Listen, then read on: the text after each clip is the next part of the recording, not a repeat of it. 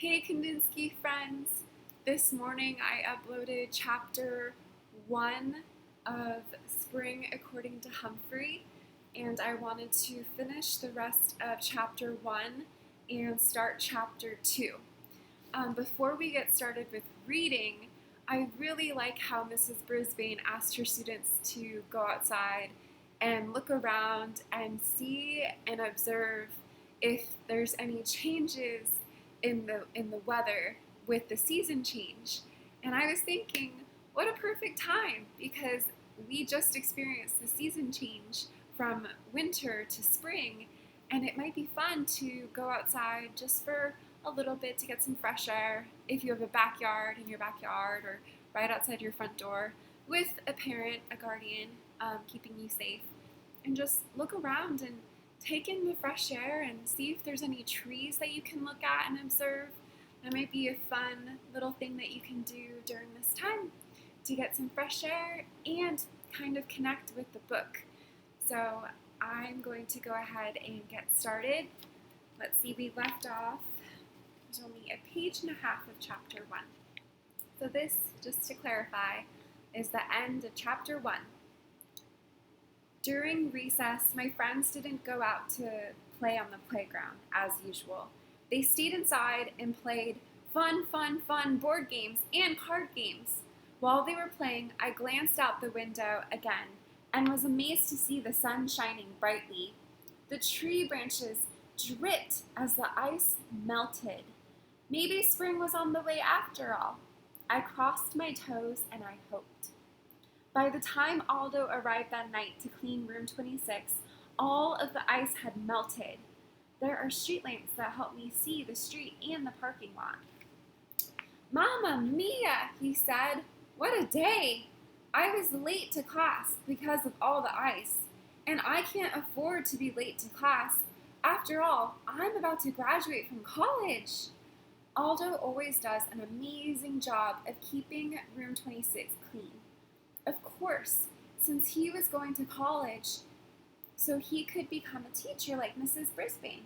He wouldn't be cleaning classrooms once he graduated. "It won't be long now, Humphrey, and I'll be the father of twins," he said. I was happy that Aldo was having twins and going to college, but I wasn't so happy for me. After all, Aldo brought Og and me treats every night. That night, he brought little zucchini sticks, crunchy and sweet. Og got some froggy fish sticks. He loves them, which is another reason I know we are not related. Ick. Aldo sat down and unwrapped his sandwich. I wonder if my twins will ever realize how hard I had to work to get ahead. Of course they will, I squeaked. They'll be proud.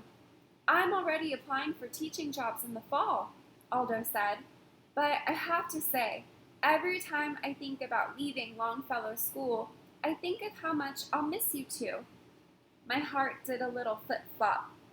I'll miss you too, I squeaked. Boing, boing, boing, Og agreed. Aldo finished his sandwich in silence, and when he was gone, I felt a teeny tiny bit sad.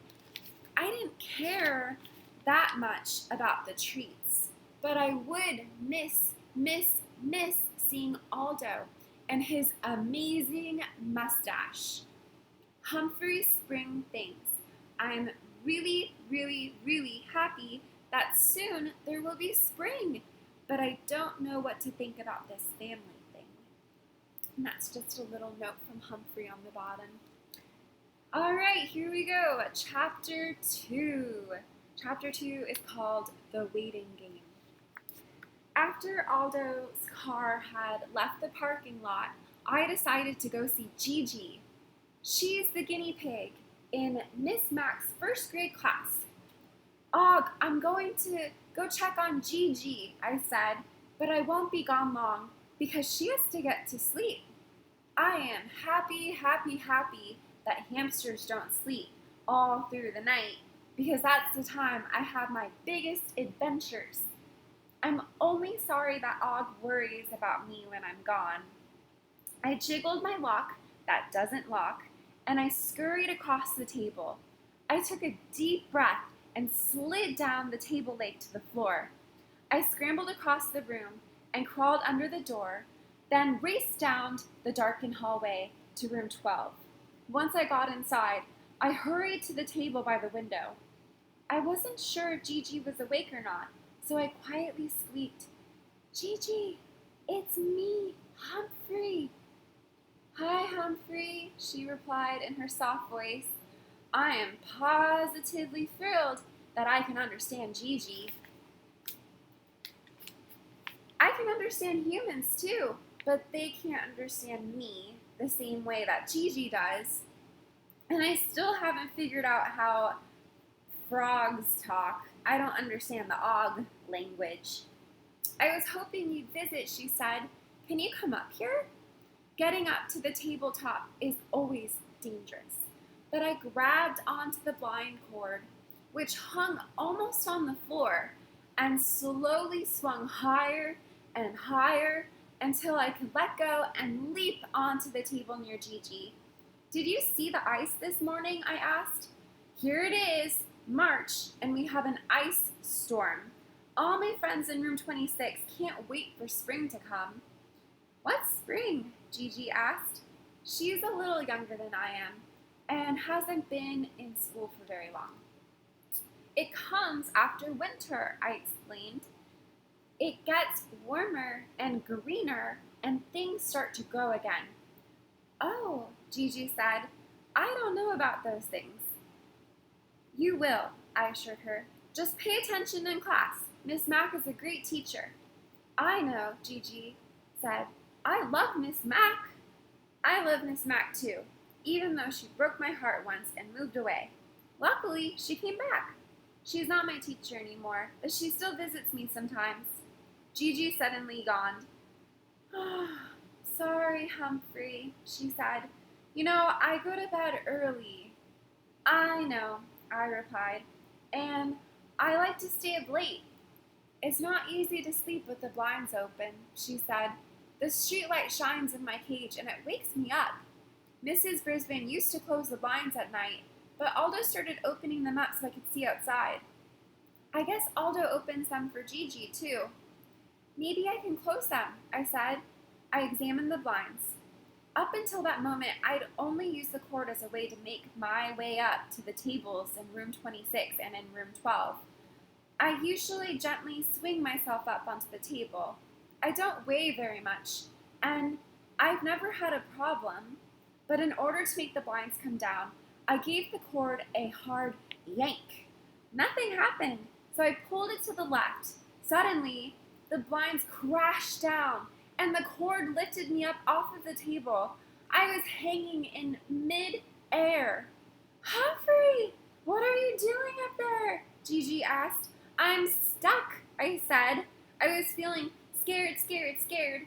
If I let go, I'd fall down on the table and I might hurt myself.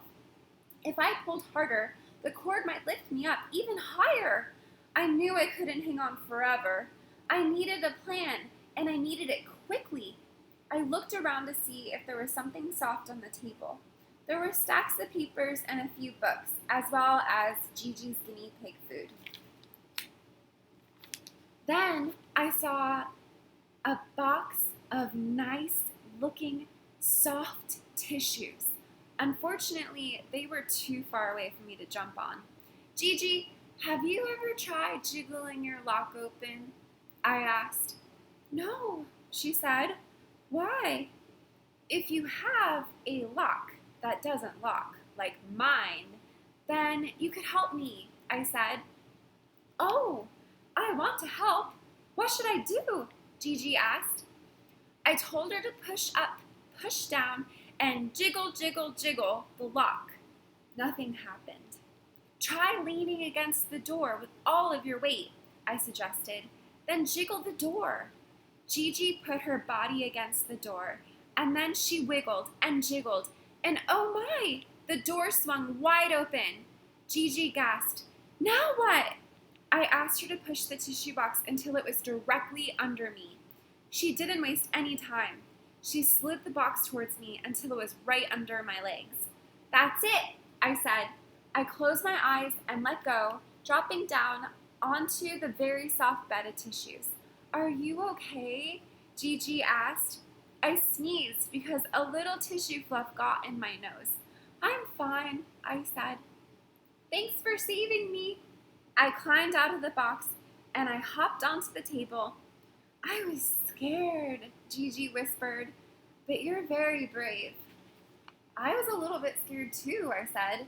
Thanks for helping me. I promise I'll never make that mistake again. Then I realized that we had another problem. The top tissue where I landed wouldn't be clean, even though I'm a very clean hamster. I wouldn't want one of my human friends to use it. Luckily, I had another plan. Gigi and I pushed the tissue box onto its side, and I gently removed the top one. Won't Miss Mac notice that the box is on its side? Gigi asked. Yes, but she won't know that we did it, I explained. I was going to push the used tissue onto the floor, but I didn't want Aldo to get in trouble. I pushed it under the bag of food instead. So now that you're out of your cage, would you like to go on an adventure? I asked. We can just slide down the table leg. Gigi looked horrified. Guinea pigs don't slide or climb. It's too scary. That seems strange because hamsters like me love an adventure. My friend yawned. Sorry, Humphrey, but it's my bedtime. Nighty-night. She crawled into her cage and pushed the door shut. Yep, the lock looked locked just like mine. When I got back to room 26, Og greeted me with a series of boings.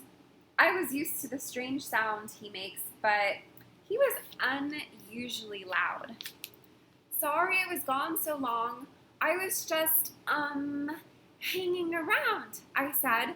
I tried to make a joke, but dangling in mid-air hadn't been funny at all. I never look at blinds the same way again. Later, I got out my little notebook to write about my fur-raising experience. I loved writing by the warm glow of the streetlight. Hamsters and guinea pigs may understand each other, but we're different in so many ways. All right, we're about 13 minutes into the video, and I'm going to stop here so we don't cut out.